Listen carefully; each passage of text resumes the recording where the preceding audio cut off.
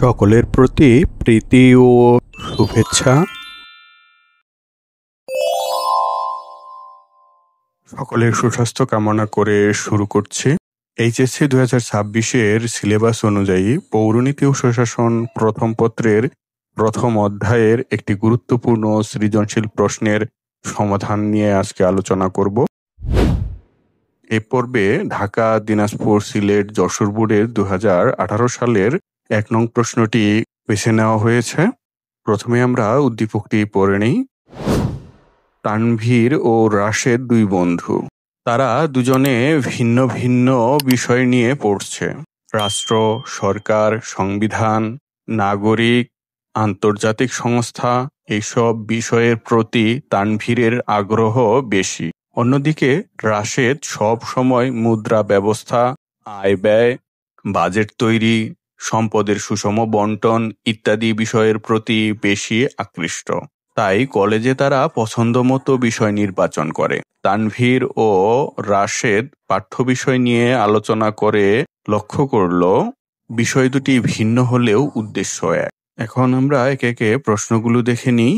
ক নং প্রশ্নটি হচ্ছে রাষ্ট্র কি? খ নং প্রশ্নটি হচ্ছে শব্দগত অর্থে পৌরনীতি বলতে কি বোঝায়? তানভীর ও রাশেদ কোন দুটি বিষয়ের প্রতি আগ্রহী? তোমার পাঠ্য বইয়ের আলোকে নির্ণয় করো। ঘ নং প্রশ্নটি হচ্ছে তানভীর ও রাশেদের মতো তুমিও কি মনে করো বিষয় দুটি ভিন্ন হলেও উদ্দেশ্য অভিন্ন? তোমার মতামত বিশ্লেষণ করো।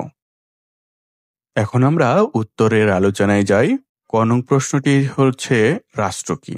এর উত্তরটি হলো রাষ্ট্র এমন একটি রাজনৈতিক সংগঠন যার নির্দিষ্ট ভূখণ্ড, সংগঠিত সরকার, সার্বভৌমত্ব এবং কম অথবা বিপুল জনসমষ্টি রয়েছে। এরপর খ নম্বর প্রশ্নটি হচ্ছে শব্দগত অর্থে পৌরনীতি বলতে কি বোঝায়? এর উত্তরটি হতে পারে এমন। শব্দগত অর্থে পৌরনীতি হল নগর রাষ্ট্রে বসবাসরত নাগরিকদের আচরণ ও কার্যাবলী সংক্রান্ত বিজ্ঞান। পৌরনীতির ইংরেজি প্রতিশব্দ সিভিক্স। শব্দটির উৎপত্তি হয়েছে দুটি ল্যাটিন শব্দ সিভিস ও সিভিটাস থেকে। সিভিস অর্থ নাগরিক আর সিভিটাস অর্থ নগর রাষ্ট্র।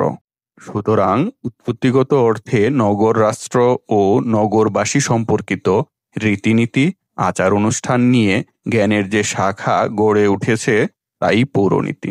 সংস্কৃত ভাষায় নগরকে পুর বা পুরী এবং নগরের অধিবাসীদের পুরবাসী বলা হয়। আর পৌর হচ্ছে পুর এর বিশেষণ, যার অর্থ পুর বা নগর সংক্রান্ত বিষয়। প্রাচীন গ্রীসের এথেন্স, স্পার্টা ইত্যাদি ছিল এক একটি নগর রাষ্ট্র। তবে বিশ্বের বর্তমান রাষ্ট্রগুলো প্রাচীন গ্রীসের নগর রাষ্ট্রের মতো ছোট ও সরল নয়। এরপর গ নম্বর প্রশ্নটি ছিল তানভীর ও রাশেদ কোন দুটি বিষয়ের প্রতি আগ্রহী? তোমার পাঠ্য বইয়ের আলোকে নির্ণয় করো। এর উত্তরটি হতে পারে এমন।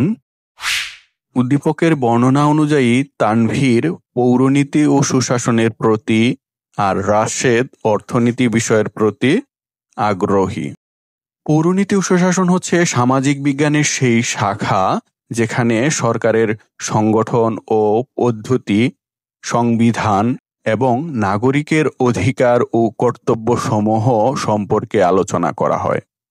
পাশাপাশি এটি নাগরিকের অতীত, বর্তমান ও ভবিষ্যৎ এবং স্থানীয়, জাতীয় ও আন্তর্জাতিক প্রেক্ষাপট পর্যালোচনা করে।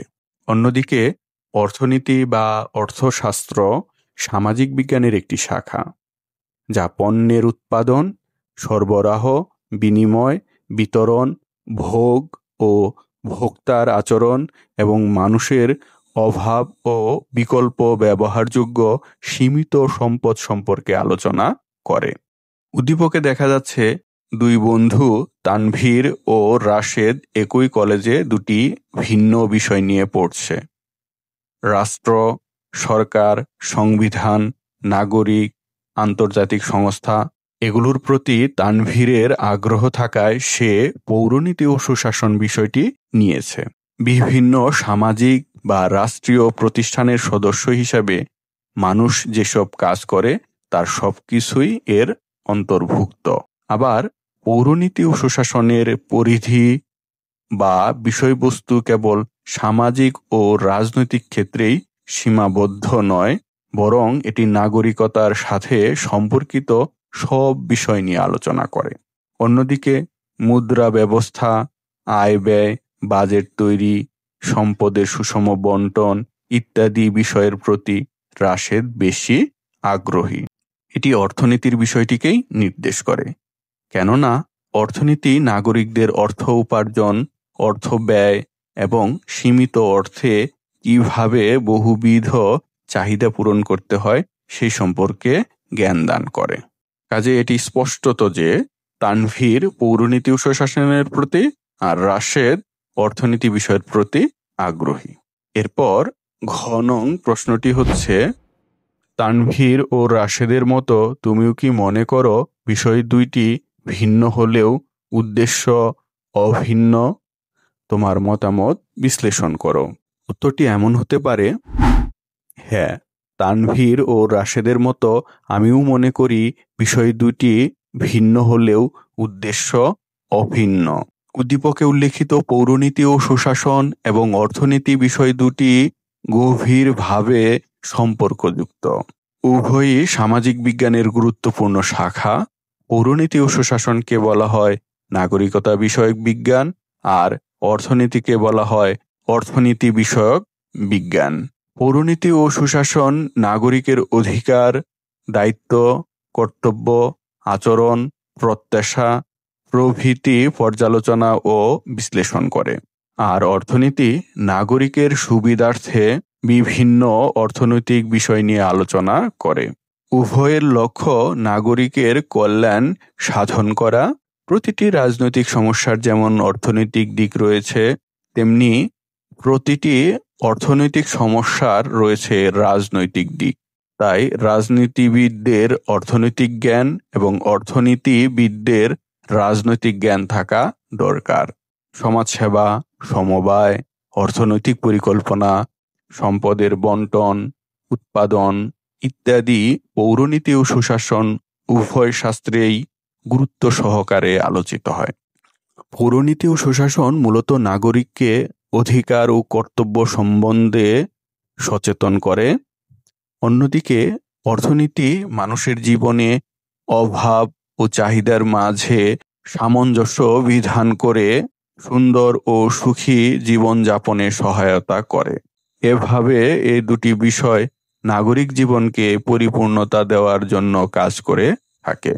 এটি দেশের রাজনৈতিক সংগঠনের স্থায়িত্ব ও সমৃদ্ধি, সেই দেশের অর্থনৈতিক সংগঠনের উপর প্রভাব বিস্তার করে। আবার কোনো দেশের আর্থিক উন্নতি ও অবনতি সমানভাবে সেই দেশের রাজনৈতিক ব্যবস্থার উপর নির্ভরশীল। বিশেষে বলা যায়, বর্তমান কল্যাণমূলক রাষ্ট্রগুলো নাগরিকের সার্বিক মঙ্গলের লক্ষ্যে কর্মসূচি গ্রহণ করে। কর্মসংস্থান, মজুরি, সমবায় আন্দোলন, কর খাজনা ইত্যাদি অর্থনৈতিক কাজগুলো রাষ্ট্রীয় প্রশাসনের মাধ্যমেই পরিচালিত হয়। এদিক থেকে বিবেচনা করলে দেখা যায় পৌরনীতি ও সুশাসন এবং অর্থনীতি প্রকৃতপক্ষে গভীরভাবে পরস্পর সম্পর্কিত দুটি বিষয়। প্রিয় ভিউয়ার্স, আজকের পর্বটি এ পর্যন্তই। আশা করি পর্বটি ভালো লেগেছে। পর্বটি ভালো লাগলে অবশ্যই লাইক, কমেন্ট, শেয়ার করতে ভুলবেন না। আর যদি এখনো আমার চ্যানেলটি সাবস্ক্রাইব করে না থাকেন, অনুগ্রহপূর্বক সাবস্ক্রাইব করে নেবেন। আর যারা আমার চ্যানেলটি সাবস্ক্রাইব করেছেন তাদের সকলের প্রতি আন্তরিক কৃতজ্ঞতা ও ভালোবাসা। সকলের সুস্বাস্থ্য ও নিরাপদ জীবন প্রত্যাশা রেখে আজকের মতো শেষ করছি। আল্লাহ হাফেজ।